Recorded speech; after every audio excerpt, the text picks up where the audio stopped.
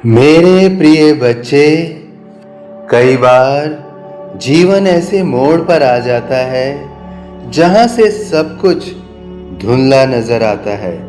रास्ते साफ दिखाई नहीं देते और मंजिल का तो जैसे कोई पता ही नहीं होता। लगातार प्रयास करने के बाद भी केवल भटकाव ही हाथ लगता है। सामने समस्या खड़ी होती है, पर कई बार यह भी समझ नहीं आता कि वास्तविक समस्या है क्या।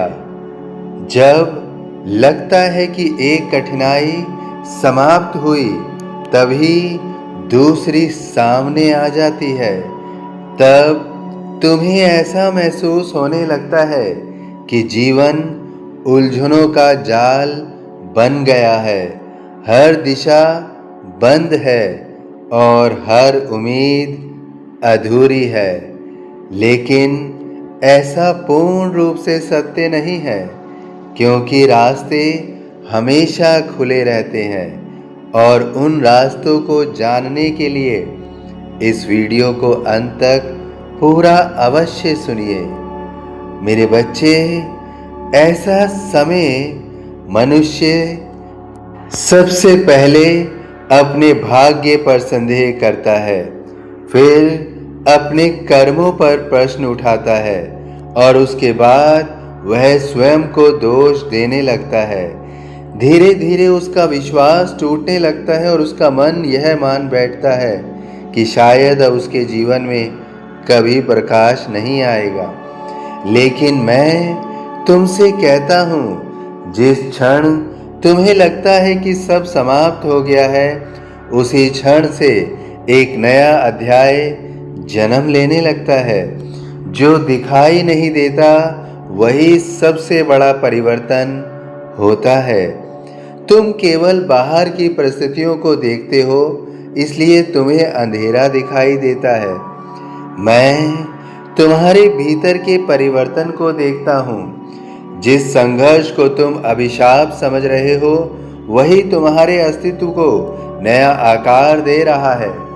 बिना तपे सोना आभूषण नहीं बनता और बिना संघर्ष के मनुष्य अपने वास्तविक स्वरूप को नहीं पहचानता।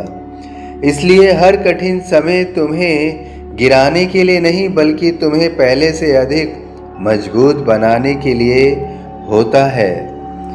बच्चे, यह संसार परिवर्तन का नियम लेकर चलता है। यहाँ कोई भी अवस्था स्थायी नहीं होती। न सुख हमेशा रहता है और न दुख हमेशा टिकता है। यदि रात हमेशा रहती तो सूर्य उदय का कोई अस्तित्व ही न होता। यदि पतझड़ ही बना रहता तो नए पत्तों का जन्म कैसे होता। इसी प्रकार तुम्हारे जीवन में जो कठिन समय आया है, वह भी एक दिन अवश्य समाप्त होगा। यह प्रकृति का नियम है और प्रकृति मेरे ही बनाए हुए नियमों पर चलती है। मैं जानता हूँ कि कई बार तुम थक जाते हो। तुम्हारे चेहरे की मुस्कान केवल दूसरों को दिखाई देने के लिए रह जाती है। भीतर का मन आंसुओं से भरा होता है। तुम लोगों के बीच रहते हो, पर स्वयं को अकेला महसूस करते हो। तुम्हें लगता है कि कोई तुम्हें समझ नहीं रहा। लेकिन बच्चे, जब पूरी दुनिया तुम्हारी पीड़ा नहीं समझ पाती, तब भी मैं तुम्हारे मन की हर धड़कन को सुन रहा होता हूँ। तुम्हें अपने शब्दों से मुझे पुकारने की आवश्यकता नहीं होती। तुम्हारे मौन की भाषा भी मेरे लिए स्पष्ट होती है। तुम्हारी सबसे बड़ी भूल यह होती है कि तुम अपने भविष्य का निर्णय वर्तमान की कठिनाइयों से करने लगते हो।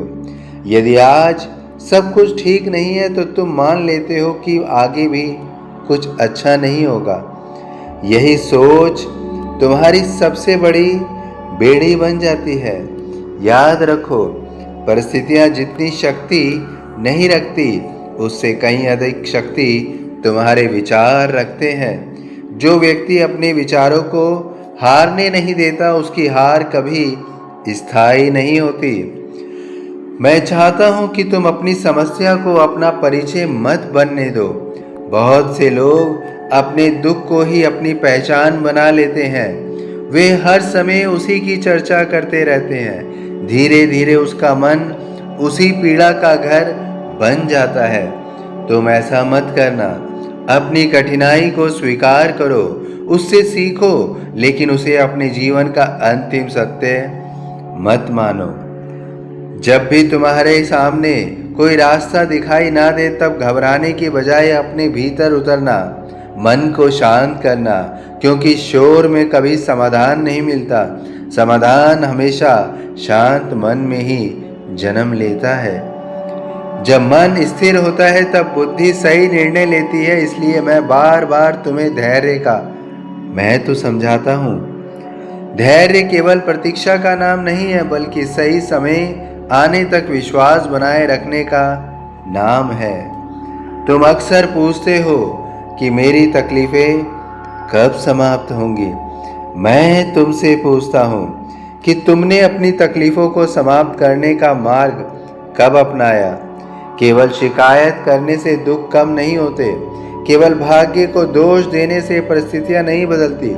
परिवर्तन तब शुरू होता है जब मनुष्य स्वयं बदलने का साहस करता है। जिस दिन तुम अपने भीतर की नकारात्मकता को पहचान कर उसे छोड़ दोगे, उसी दिन तुम्हारे जीवन का नया अध्याय आरंभ हो जाएगा। यह मत सोचो कि खुशियां केवल धन, पद या प्रतिष्ठा से मिलती है। यदि ऐसा होता तो संसार का हर धनवान व्यक्ति सबसे अधिक प्रसन्न होता।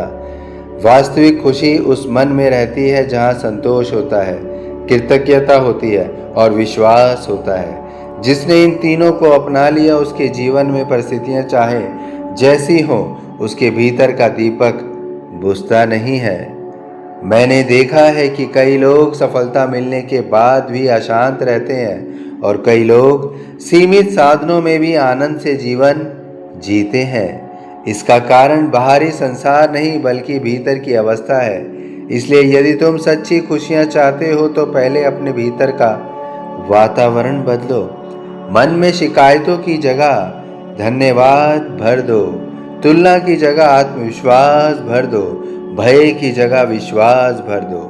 बच्चे, यह मत भूलो कि हर व्यक्ति का समय अलग होता है। किसी की सफलता जल्दी आती है, किसी की देर से, लेकिन देर से खिलने वाला फूल भी उतना ही सुंदर होता है जितना समय पर खिलने वाला। इसलिए दूसरों की यात्रा देखकर स्वयं को छोटा मत समझो। तुम्हारी मंजिल तुम्हारे लिए बनी है और वह उचित समय पर तुम्हारे सामने अवश्य आएगी। जब जीवन तुम्हें रोकता है तब कई बार वह तुम्हें बचा भी रहा होता है। जिसे तुम असफलता कहते हो वही तुम्हें किसी बड़े संकट से दूर कर रही होती है। जिसे तुम विलंब कहते हो वही तुम्हारी तैयारी का समय होता है। इसलिए हर घटना को केवल नुकसान की दृष्टि से मत देखो, उसमें छिपे हुए संदेश को समझने का प्रयास करो।